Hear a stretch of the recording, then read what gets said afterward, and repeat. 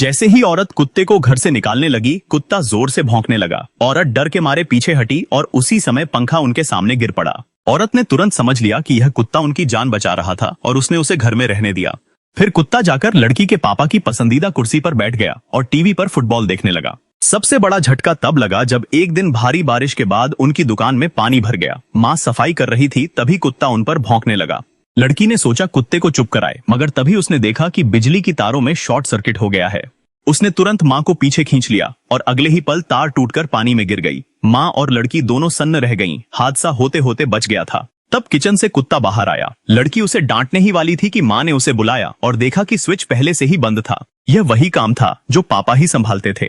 लड़की उस पल भावुक हो गई, क्योंकि उसके पापा अब इस दुनिया में नहीं रहे थे और पापा की मौत के अगले ही दिन यह कुत्ता उसके सामने आ गया था। पहले लड़की ने सोचा कि शायद यह बस एक आवारा कुत्ता होगा और उसने ध्यान नहीं दिया, लेकिन जब वह घर आई तो कुत्ता फिर से दरवाजे पर था। लड़की चाहती थी कि उसे घर में रख लें, मगर माँ ने मना कर दिया और उसे भगा दिया। लड़की को लगा शायद अब दोबारा कभी उससे मुलाकात नहीं होगी, मगर अगले ही दिन काम से वापस आते वक्त वही कुत्ता रास्ते में उसका इंतजार कर रहा था, जैसे उसे पता हो कि लड़की यहीं से गुजरेगी। लड़की को लगा जैसे पापा की परछाई इस कुत्ते के अंदर हो। समय बीतता गया, कुत्ता हमेशा लड़की के साथ रहा, उसकी शादी के दिन तक। उस शादी के दिन कुत्ते ने आखिरी बार खड़े होकर लड़की के माथे से अपना सिर छुआ, बिल्कुल उसके पापा की तरह। लड़की अचानक हैरान रह गई, क्योंकि उसकी आंखों ने उसे अपने पापा की याद दिला दी। पापा हमेशा उसे इसी तरह प्यार करते थे। उस पल लड़की को समझ आ गया कि पापा के जाने के बाद यही कुत्ता उनका रूप बनकर उनकी रक्षा करता रहा। यह सोचकर लड़की रो पड़ी और कुत्ते को कसकर गले लगा लिया।